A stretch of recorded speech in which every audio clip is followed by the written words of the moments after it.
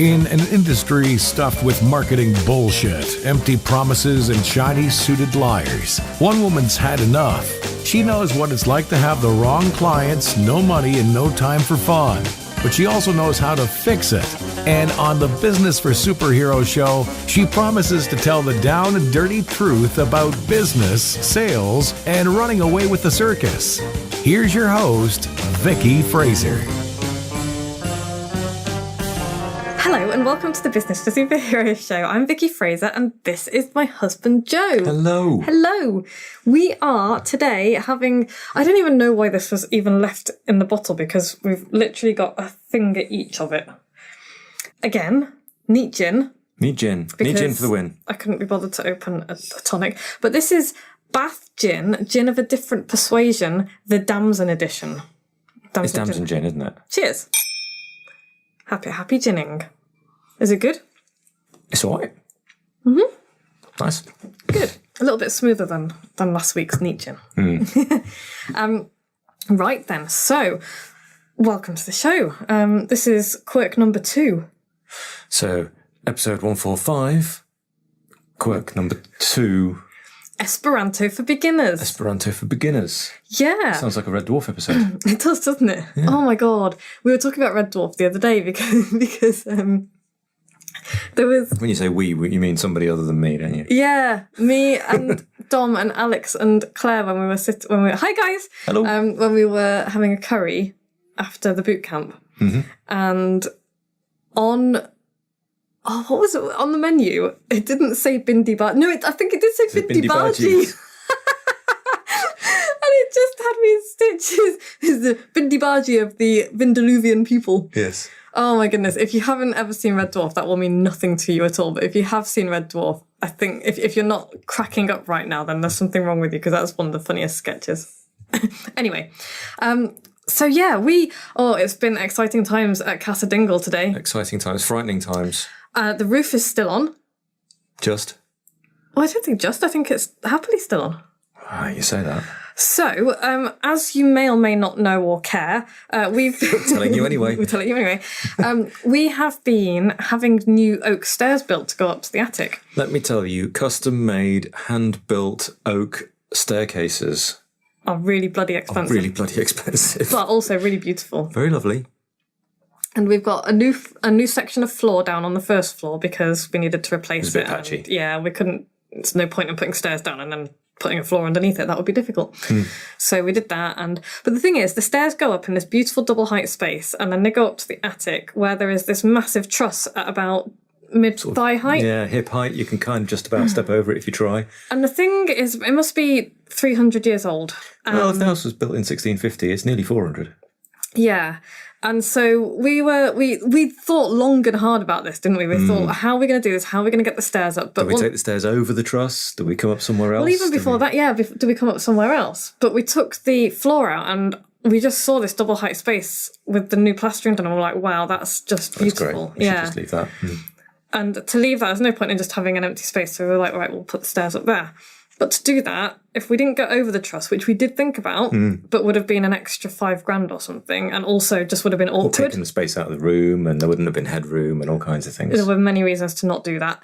And so the only way to do it was to chop a space for the door out of the truss. So this is like a beam that goes across from the front to the back of the house that stops the walls falling out with the weight of the roof. And it's a piece of oak from, the 1600s. That is like a foot square in cross-section. It's enormous. And as they were cutting it, I cried earlier. I can imagine. Because I just felt like we were butchering the house. I think we've done the right thing because we're gonna do something amazing with that big piece of oak and we're gonna make it a proper feature in the house. We don't know what yet, but maybe it'll become like a window lintel or a coffee table or something. But we're gonna do something with it. But yeah, I cried because I just thought, oh my goodness, are we doing the right thing? And we are. But it's still quite a big thing to do. So that's where we are with the house. Don't know if we'll be able to use the stairs this weekend, but next week I think we'll be able to. The sheeps are doing well. Yes, I went out for a cuddle with the sheep earlier. I'd had a very busy day, and there is nothing quite as calming as coming home after a busy day's work. And being nibbled by sheep. And just going up to the sheep field and being gently nibbled and jostled by a couple of friendly sheep. Three friendly sheep. Do you know they love raspberries? Well, you told me they love raspberries. I took them a raspberry each this morning and they were really chuffed. Oh. And then I let them out earlier into the wider garden, which is a bit scary because you never know where the sheep are just going to fuck off into the distance. And they won't go further than where I am. They kind of potter around. They were like, oh my God, nom, nom, nom, nom, nom. And when I went down to get a little handful of goodies, Bronson went mental and was just like, where are you going? And they all piled down to the shed with me and then nearly knocked me over coming back up. And it's all very fun here. Good sheep. Anyway, back in the room. What are we doing here? So, Esperanto for beginners. Today, we're going to teach you how to speak Esperanto. We're not going to do Really? that. No. I am going to sound like I swallowed a Wikipedia page for a moment, though, because I just wanted to talk a little bit about what Esperanto is, and it is relevant, and I'll explain why in a moment. Okay. Do you know what Esperanto is? It was an attempt at sort of unifying a bunch of languages into one easy language so that everybody could have a common second language. That's pretty much what it is, yeah. It's actually the world's most widely spoken made-up language. Made-up language? Yeah. Constructed language. What do you mean constructed language? They're all constructed. Well, it's a modern constructed language. I'm going to stick my oar in and say, Pidgin. No, it's not. It's called a constructed language. Yeah, but Pidgin is spoken by more, surely. But Pidgin isn't an official language in the same way that this is, though, I don't think. What makes it official? I don't know. That's a very good question. Is there like a language... I'm going to have to go and do more research. Sorry, have I totally thrown your podcast? Well, no, you've made me want to go research Esperanto now, and I haven't got time. We've got to do a podcast. Sorry about that. So let's just use my research, what I have done so far. Okay, and I will chip in with disagreements every now and again. Yes, and I will just glare at you. Okay, let's do that. So the language was constructed by a guy called L.L.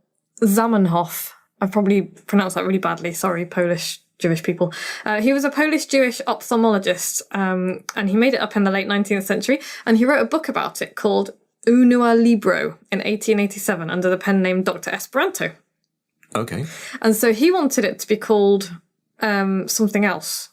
I don't even know what he wanted it to be called, but the name Esperanto stuck. People liked it, and Esperanto means one who hopes. Okay. And in which language? Presumably Esperanto.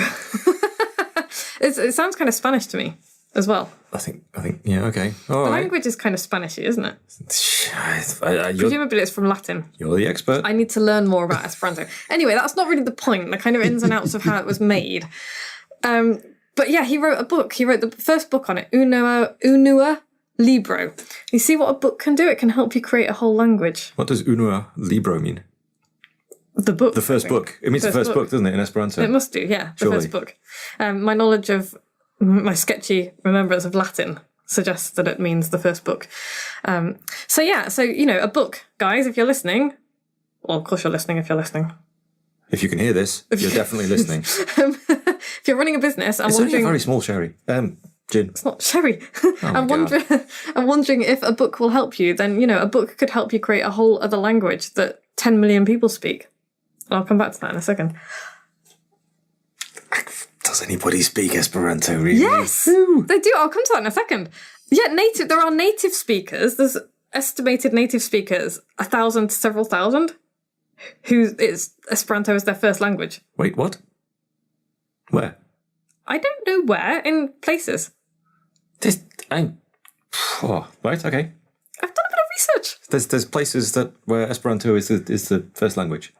Yeah, well, people that have, brought up their children or whatever to have Esperanto as their first language, presumably because they wanted... Because this guy's dream was that he wanted world peace, basically, and he hoped that a universal second language would help to foster understanding between different people, which is a really good idea. Yeah, good plan. And, I don't know if it's taken off quite the way he hoped, but, 100 years later, it's got 1,000 plus native speakers, and people who speak it as a second language, there's between 2 and 10 million of them.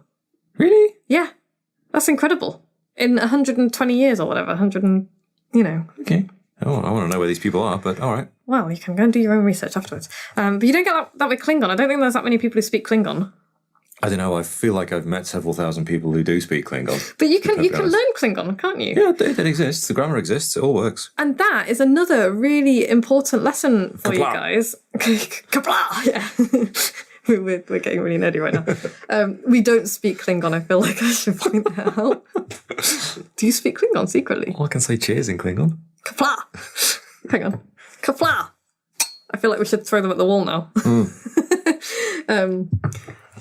Right. I want a batlath for Christmas. Okay.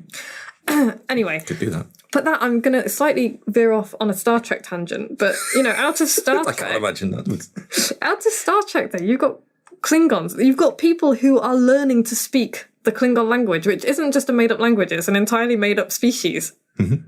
Probably. There's probably not Klingons out there. Maybe there are. Anyway... But there's like a whole industry grown out of this made-up language on Star Trek, and they've turned it into a proper language with verbs and shit. Anyway, so Dr. Esperanto, as he became known, published also the Fundamento de Esperanto as a definitive guide to the language. Fundamentals of Esperanto, folks. It does. And he also organised the first World Esperanto Congress, which was an annual thing. And every year since 1905, there have been congresses in different countries around the world, except during the World War years. I bet they have an absolute whale of a time. Don't mock them.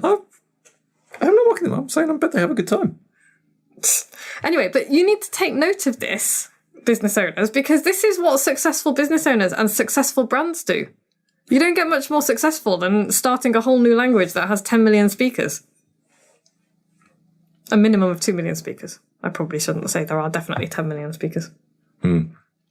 So, yeah. Anyway, but there's all sorts of languages around that people will make up or adopt. So obviously there's like your languages that, English and French and... Languages. Yeah. Other languages are available.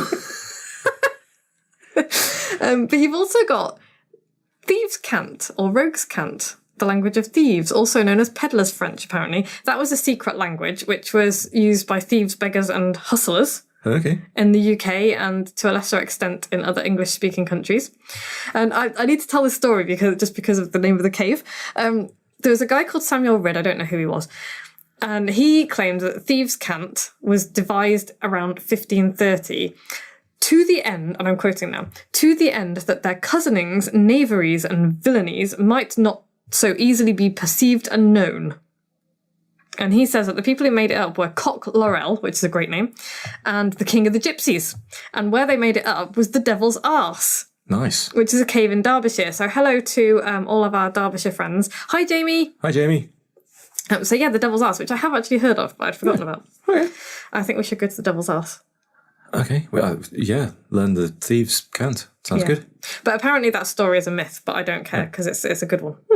Power of story, see? Sticky stories. Anyway, but also there is like a common thieves language as well. I don't know if you've heard of this. Marks being left on houses, like this is a good house to knock on the door and ask for some food or drink or whatever. Is that... Well, it started out with... beggars and... witches' marks, wasn't it? You'd put marks on your doorpost to ward away evil spirits and things, and then people would add other marks that meant things to them. So it was a American travel hobo type thing. Yeah, these people might give you a drink. These people might give you food. These people have got a scary dog. Yeah. And that's been adopted by thieves, and it is still used because in 2015, Lanarkshire Police shared a bunch of stuff on social media so that people could be, more aware about home security. And so there's symbols, like thieves will scratch symbols on houses that mean like alarmed house or previously burgled or this is a good target or the occupant is vulnerable. Nice guys. Or maybe this one is too risky, don't rob it. There was a craze in the early 2000s of, it was called war driving, where you would go out with your Wi-Fi enabled device and go and find unsecure Wi-Fi networks that were available. And there were chalk markings that people put down to say unsecured Wi-Fi available here.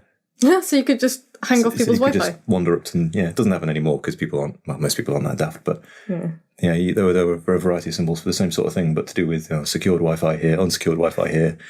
And it was all same as witches marks and hobo marks, really. Speaking of Wi-Fi, I mean, there's another language within that now, because you just reminded me, because one of my friends on Facebook posted earlier today that he was on the train, and when you have a look at what networks are available, you've got loads of people, and somebody had called their phone hotspot Jamalpino, which made me laugh. His name was probably Jamal and Jamalpino. Anyway, okay. And somebody else had named their hotspot Drop It Like It's Hotspot, which also made me laugh. Anyway, well, I thought it was funny. Yeah. Our Wi-Fi is called I Ate All Your Bees, which if you're a fan of black books, you'll find that funny. Or Shambles. Or Shambles, which is the newer network on slightly newer hardware that works very well. Which you can't hang off because it's secure, right? Yay. So there are still languages, and then that people make up, and there's a little bit more recently Polari, from the language Italian parlare, meaning to talk. It's used by actors, circus, fairground people, professional kind of, wrestlers and people, sailors and criminals and prostitutes and gay people. Professional wrestlers? Apparently. But we've talked about Polari before, haven't we? Yes. That's quite common. And I did not realise that there's a long-standing connection with Punch and Judy, because the street puppet performers used to talk in Polari to each other. Okay. And I know that if you watch some of the old comedies from the 1950s, 60s and 70s, a lot of the words and a lot of the phrases in there will be taken from Polari, because they would have been the gay actors communicating with gay people who were in the audiences who couldn't come out because back then it was either illegal, for fuck's sake, or, just very, you just didn't because you get punched. So that's really interesting as well. And then, the modern form of that, I guess, is drag language. Mm-hmm. And we've picked up a lot of stuff from RuPaul's Drag Race, and I talk quite often about people being shady now, which is kind of being mean to people and beating your face, because drag queens use a lot of makeup and they beat their faces with sponges. What else do they say? Her story instead of history, which I fully approve of. Butterface. See, is that drag? Well, it's. Yeah, well, RuPaul's adopted it and now it is. Okay. But there was a recent episode and it was called Butterface, and it just made me laugh. It's a variation of Nice Legs, Shame About the Face. Yes. Anyway. Moving on. Not today, Satan. So I just really wanted to... That was a really long-winded way of saying, do you have your own language and system? Right. Because you should do if you want to be. This is one of the traits of successful business people. How it sounds like you're advocating technobabble or like industry acronyms and all that. Not at all. But if you know that you're, so for example, one of my superheroes, Sarah, is hi Sarah, is the chemical translator, and if she's talking to people who are working in the chemical industry, I would say absolutely use the jargon that they're going to understand. If you know they're going to understand it, because that's a way of forging closer ties with them and saying, I get you, I am one of you. This is something that I understand. I think that's not to say that you don't keep the language that you use simple, but if you're forming a tribe, if you're building a tribe of people that you want to build really close ties with, that you want to turn into raving fans, then, use the language that they use, develop your own language. And, I've done this. I don't say USP really anymore. I say flamingo your business. And that's the same thing. I don't talk about standing out. I talk about being a flamingo. And other famous business owners do that as well. There's Marie, and they call their programs and things different things. So Marie Forleo has a writing program called The Copy Cure. There's the Story Grid, the podcast that I listen to quite a lot by Sean Coyne. He was trying to codify, I guess, how editors work, how fiction editors work. And he created the Story Grid, which is a system for editing. There's the Story Brand by Donald Miller. We read that book in Bookaholics Anonymous fairly recently. And again, there's nothing really new about what he was talking about. There was nothing new that I learned in that, oh my God, this is totally new to me. It was just a different way of packaging direct response copywriting, and it's very good. It's a really nice way to understand it. Yeah. So, there's a story brand. There's one of my clients, Christian, has the 4 pillars of mastery when it comes to self-development. Yeah. And leadership. John Maxwell has the 15 invaluable laws of growth. I have my own system when it comes to writing a book and teaching other business owners how to write a book too. What's it called? It doesn't have a name yet, Joseph. Fell for that one. Walked into that. You're mean. Yeah. And industries I move in, they have similar things. We've got KPIs and TPM and Kaizens and Lean and all kinds of manufacturing language that doesn't mean a damn to anybody else. But Kaizen's been taken from manufacturing and applied everywhere now. It's like a management thing, isn't it? And Lean is not just manufacturing. Yeah. It started there, but now it's. And you guys have got your own things as well, haven't you? You've called your software and vision things. Oh, we put the word "it" after everything. Oh. Yeah, so like a bung inspector will be a bungit. Bungit, but I like that. That's really funny though. And then we have like crimpets and lickets and lickets. Did you make that up? Yeah.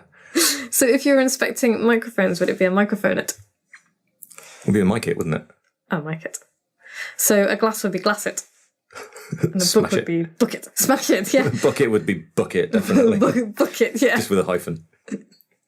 But that's exactly what I'm talking about. You have created a system of language for you, and it's a really simple one, but it's very you. Very simple. Very simple, yes. Yeah, thanks. So yeah, I mean, you can do that. Whatever you do might not be unique, and it probably isn't. Mm-hmm. There are other people who do what you do, but if you give it a unique name, then it becomes your proprietary thing. There are other people who teach how to write copy, but Marie Forleo has the copy cure. Nobody else has that. The copy blogger people have other things that are different writing systems, and there's nothing wrong with doing that. It's a way of taking something that isn't unique and making it unique. Mm-hmm. Does that make sense? Yeah.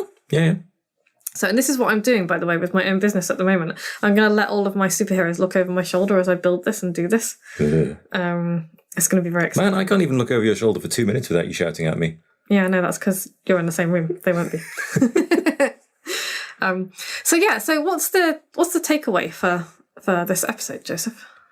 Well, get your own language. Yeah. And system. Get your own language, get your own system, use it.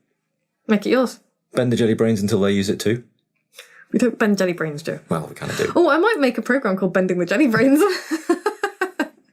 I might pay you a handsome fee. A pittance. Handsome royalty. An enormous licensing fee. Yeah. That's what we need. So yeah, I think by the time this goes out, it'll probably be too late to book onto Breaking Bread. Oof. But an emergency email might work. If there's any places left. But there's another reason to come along now, because Joe's not going to be the only pit crew. The pit crew are back together. Pit crew forever. Berto's back coming in too. And that's really exciting. It's going to be Joe and Berto, and they're going to be having their little bromance and probably getting drunk, and it's just going to be really good fun. Did you sort out the little short shorts? I haven't sorted out the short shorts yet. But yeah, Joe and Berto are both fine figures of men, and we will be kitting them out in short shorts. If you've seen RuPaul's Drag Race, you'll know what I've got in mind. And they're going to look at them and go, fuck no. Anyway, I digress. Coming up next week, we're going to be talking about the third quirk of super successful business owners. Mm-hmm. And it's going to be how good they are at telling stories.